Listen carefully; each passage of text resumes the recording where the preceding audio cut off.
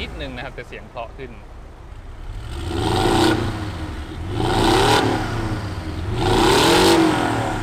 ตอนนี้โหมดที่เพราะที่สุดครับเราต้องหมุนไปที่สปอร์ตก่อนนะครับจะมีเสียงตดของท่อ